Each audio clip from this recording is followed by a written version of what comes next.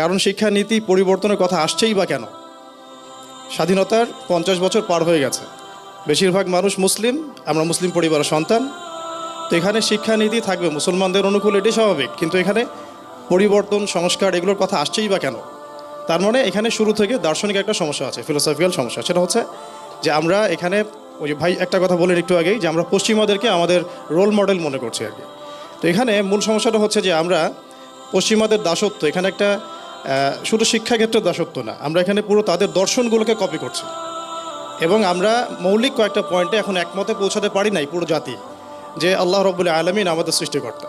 আল্লাহ রব্বুল আলামিন সর্বশেষ নবী মুহাম্মদ সাল্লাল্লাহু আলাইহি ওয়াসাল্লামকে সর্বজ্ঞানী মানুষ করে পাঠিয়েছেন। এবং আল্লাহ রব্বুল আলামিন স্বয়ং হচ্ছেন জ্ঞানের মূল উৎস। আমি যদি কোরআন থেকে বলি, আল্লাহ রব্বুল আলামিন বলেছেন ওয়াল্লামা আদম আল আসমাআ কুল্লাহা। আল্লাহ রব্বুল আলামিন আদম আলাইহিস সালামকে সৃষ্টি করে তিনি নিজে, সুবহানাল্লাহ, আল্লাহ পাক নিজে আদম আলাইহিস সালামকে সব নাম শিক্ষা দিয়েছেন। মানে আমাদের রব আল্লাহ রব্বুল আলামিন নিজেই হচ্ছেন জ্ঞানের মূল উৎস। তাহলে আল্লাহ রব্বুল আলামিনের সাথে সম্পর্ক না করে কোথা থেকেই বা আমরা জ্ঞান পাবো? তাহলে আমরা এখন জ্ঞান অর্জন করতে যাচ্ছি পশ্চিম থেকে, অথচ আল্লাহ সুবহানাহু ওয়া তাআলা নিজেই জ্ঞানের উৎস। এরপরে আমরা দেখছি যে সেই জ্ঞানের মানদণ্ডে আমাদের পিতাকে আল্লাহ রব্বুল আলামিন ফেরেশতাদের সামনে সম্মানিত করেছেন, সিজদা করতে বলেছেন। আমি এখানে সবগুলো কোটেশন বলতে সময় পাচ্ছি না, তো বলা উচিত হবে না, এখানে সবাই জানেন মাশাআল্লাহ। আর কথা হচ্ছে আল্লাহ পাক বলছেন এটাও যে তোমরা কিছু জানতে না, আমি তোমাদেরকে জ্ঞান শিক্ষা দিয়েছি। তোমরা কিছুই জানতে না, ইকরা বিসমি রাব্বিকাল্লাযী খালাকের পরে আপনারা পড়বেন আল্লামাল ইনসান মা লাম ইয়ালাম। আল্লাহ পাক মানুষকে সেই জ্ঞান শিক্ষা দিয়েছেন যা মানুষ জানতোই না। তাহলে জ্ঞানের মূল উৎস যিনি, তার সাথে যদি আমাদের সম্পর্ক না থাকে, শিক্ষানীতিতে যদি তার সাথে আমাদের মূল কানেকশন না থাকে, কিভাবে আমরা জ্ঞানী হতে পারি? জ্ঞানের সাথে আরও সম্পর্ক, কারণ শিক্ষানীতি পরিবর্তনের কথা আসছেই বা কেন? স্বাধীনতার 50 বছর পার হয়ে গেছে, বেশিরভাগ মানুষ মুসলিম, আমরা মুসলিম পরিবারের সন্তান। তো এখানে শিক্ষানীতি থাকবে মুসলমানদের অনুকূল, এটাই স্বাভাবিক। কিন্তু এখানে পরিবর্তন, সংস্কার এগুলোর কথা আসছেই বা কেন? তার মানে এখানে শুরু থেকে দার্শনিক একটা সমস্যা আছে, ফিলোসফিক্যাল সমস্যা। সেটা হচ্ছে যে আমরা এখানে, ওই যে ভাই একটা কথা বলেন একটু আগেই, যে আমরা পশ্চিমাদেরকে আমাদের রোল মডেল মনে করছি আর কি। তো এখানে মূল সমস্যাটা হচ্ছে যে আমরা পশ্চিমাদের দাসত্ব, এখানে একটা শুধু শিক্ষাক্ষেত্রের দাসত্ব না, আমরা এখানে পুরো তাদের দর্শনগুলোকে কপি করছি। এবং আমরা মৌলিক কয়েকটা পয়েন্টে এখন একমতে পৌঁছাতে পারি নাই পুরো জাতি, যে আল্লাহ রব্বুল আলামিন আমাদের সৃষ্টিকর্তা। আল্লাহ রব্বুল আলামিন সর্বশেষ নবী মুহাম্মদ সাল্লাল্লাহু আলাইহি ওয়াসাল্লামকে সর্বজ্ঞানী মানুষ করে পাঠিয়েছেন। এবং আল্লাহ রব্বুল আলামিন স্বয়ং হচ্ছেন জ্ঞানের মূল উৎস।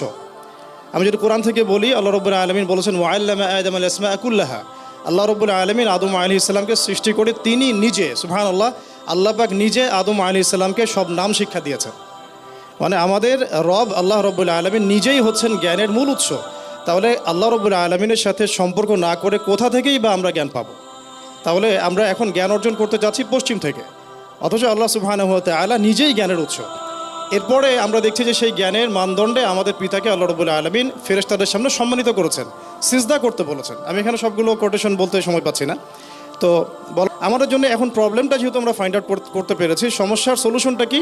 একটাই কাজটা হচ্ছে আমাদেরকে সেই স্বর্ণযুগের আদলে, মুসলিমদের স্বর্ণযুগের আদলে এমন একটা শিক্ষানীতি প্রণয়ন করা, যেখানে আমার ছেলে মাশাআল্লাহ একজন ইমাম হবে, পাশাপাশি সে একজন জেনারেল শিক্ষিত ভালো মানুষ হিসেবে পরিণত হতে পারে।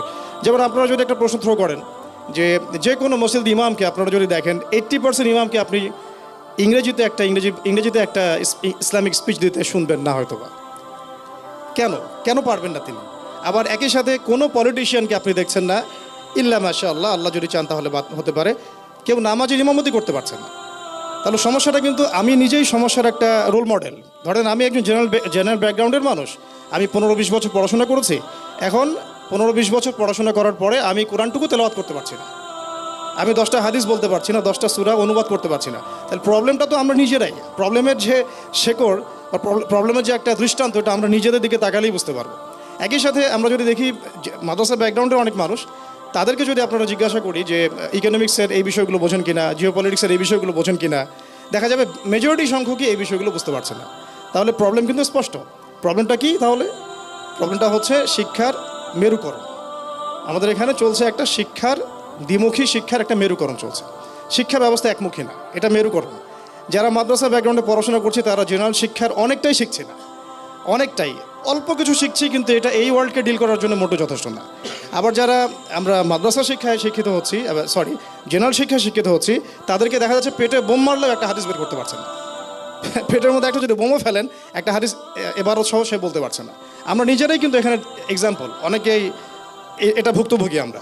এখন আমাকে বলেন যে সেই ব্যক্তি যদি আলেম হতে চায়, তার কোনো রাস্তা খোলা নাই কিন্তু তার সামনে, সে কিন্তু আবার 15 বছর পিছনে গিয়ে মাদ্রাসায় ভর্তি হতে পারবে না।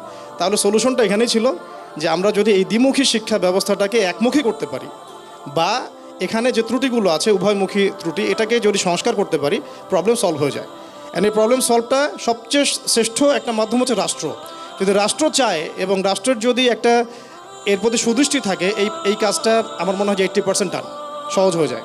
কিন্তু দুর্ভাগ্যজনক হচ্ছে এই যে 15 বছরের কথা বলছেন, 15 কেন, আপনি আরও 15 বছর পিছনে যান, কেউই করেন এই কাজটা। শুধু এই বিগত সরকারকে দোষ দিয়েও কোনো লাভ হবে না। তার আগে যারা ছিল তারাও এই কাজটা করে নাই, অ্যাজ সিম্পল অ্যাজ দ্যাট। তারপরে তার আগে যারা ছিল তারাও কিন্তু এই কাজটা করে নাই। বিগত 50-60 বছর থেকে একই সিলসিলা চলে আসছে, দ্বিমুখী শিক্ষা ব্যবস্থাকে একমুখী করা হচ্ছে না, বা তাদের ত্রুটিগুলোকে ফাইন্ড আউট করে সেখানে কাজ করা হচ্ছে না। কি সমস্যা যদি একটা মাদ্রাসার ছেলে ইংরেজি শেখে, কি সমস্যা? সে যদি সায়েন্স শেখে, সমস্যাটা কোথায়? সে যদি ইকোনমিক্স শেখে, তাহলে সমস্যাটা কোথায়?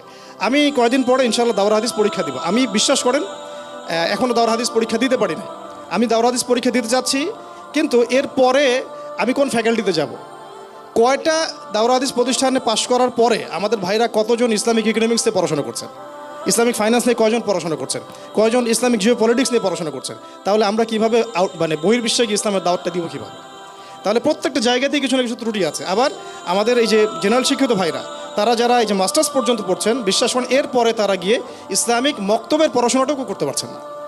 আমাদের ঘরে এক্সাম্পল আছে, কোরআন তেলাওয়াত করতে পারছেন না, সূরা তেলাওয়াত করতে পারছেন না, কেরাত শুদ্ধ না, ওজুর মাসালা বলতে পারছেন না। তাহলে আমাদের এখানে প্রিয় উপস্থিতি যারা আছেন, আমার চেয়ে আপনারা অনেক বিজ্ঞ, আমি শুধু পয়েন্টটা টাচ করছি যে এখানে এই দ্বিমুখী শিক্ষার যে মেরুকরণটা, এটা রাষ্ট্রে যেই আসুক, গভর্নমেন্ট এখন XYZ হুএভার হি ইজ, এটা আমার কাছে প্রশ্ন না। প্রশ্ন হচ্ছে যে যেই আসুন, যারাই থাকুন, এখানে দ্বিমুখী শিক্ষাটাকে একমুখী করার চেষ্টা করুন, অথবা দ্বিমুখী শিক্ষার মধ্যে যে প্রবলেমগুলো আছে এটাকে ফাইন্ড আউট করে নিজ নিজ ঘরানার মধ্যেই সংস্কার নিয়ে আসুন। এটা কিন্তু খুব সহজ এবং আমার কাছে মনে হয় গঠনমূলক সমাধান হবে বটে ইনশাআল্লাহ। আর এটা করাটার জন্য আমি কয়েকটা জাস্ট আমার পক্ষ থেকে কয়েকটা নোট লিখে আনছি। এটা আমি বলছি যে দুটো পদ্ধতি এখানে খুব ফলপ্রসূ হতে পারে। যে মাদ্রাসা শিক্ষা ব্যবস্থায় যে কারিকুলামটা আছে, এই কারিকুলামটার মধ্যে যে জেনারেল শিক্ষার প্রয়োজন, এই প্রয়োজনীয়তা পূর্ণ এই সাবজেক্টগুলোকে অ্যাড করে দেওয়া যায়, এটা একটা কিন্তু সহজ সমাধান হতে পারে। অথবা আমাদের এই যে জেনারেল শিক্ষিত ভাইদের যে কারিকুলামটা, এই কারিকুলামের মধ্যে একদম প্লে থেকে নিয়ে মাস্টার্স পর্যন্ত গ্র্যাজুয়ালি ইসলামিক শিক্ষাটাকে কিন্তু অ্যাড করা যায়। কিন্তু এখানে আরও প্রশ্ন আসবে। আমরা এই তাত্ত্বিক কথাবার্তা বলছি, হয়তো এখানে আসছি বসছি, এই কথাগুলো উপর মহল পর্যন্ত যাবে, তারপর দেখা যায় আবার ঠান্ডা হয়ে যায়। ফেসবুকে যুগ স্ক্রল করতে থাকে, 5 মিনিটের মধ্যে সব মাথা থেকে গায়েব হয়ে যায় মানুষের। কথা হচ্ছে এই কথাগুলোর ইমপ্লিমেন্টটা কোথায়? এরকম আমাকে একটা প্রতিষ্ঠান বাংলাদেশে দেখান যেখানে প্লে গ্রুপ থেকে নিয়ে একেবারে মাস্টার্স পর্যন্ত জেনারেল এবং ইসলামিক এই দুটো এডুকেশনটাকে কম্বাইন্ড করে একটা সিলেবাস দেওয়া হয়েছে। বাংলাদেশে আমাদের ভাইরা এখানে আছে, প্রকাশনা সংস্থার অনেক ভাই আছেন। আমি যদি বলি যে ঢাকায় আমি একটা জায়গায় কিনেছি, এত বিঘা, এখানে কনস্ট্রাকশন দাঁড় করিয়েছি, এখন আপনারা কি আমাকে প্লে থেকে নিয়ে মাস্টার্স পর্যন্ত একটা গঠনমূলক সিলেবাস দিতে পারবেন? প্রত্যেকটা ক্লাসে আমি কোন কোন বই কোন কোন বাচ্চাকে পড়াবো? না, আমার কাছে কিন্তু নাই।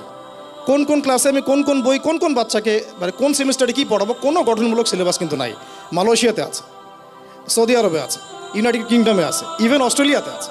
এখন দেখা যাচ্ছে আমেরিকার মতো কান্ট্রি এগুলো লঞ্চ করছে, কিন্তু আমাদের দেশে এখন পর্যন্ত আমরা এমন কোনো সিলেবাস লঞ্চ করতে পারলাম না যে আমার বাচ্চাকে আমি প্লে থেকে মাস্টার্স পর্যন্ত পড়াবো। প্রত্যেকটা ক্লাসে সে ইসলামিক বইগুলো পড়বে জেনারেলের সাথে সাথে। কোনো কারিকুলাম, কোনো সিলেবাস, তাত্ত্বিক কথাবার্তা আমরা বন্ধ করি। আসেন মূল জায়গাটাতে আসি। আমাদের কাজ আমি শেষ করে দিয়েছি 2 মিনিটে। জাস্ট মূল কথাটা হচ্ছে, যদি মাদ্রাসা শিক্ষার মধ্যে আমরা জেনারেল সাবজেক্টগুলোকে, উপকারী সাবজেক্টগুলোকে অ্যাড করতে পারি, সমস্যা অনেকটা সলভ হয়ে যায়।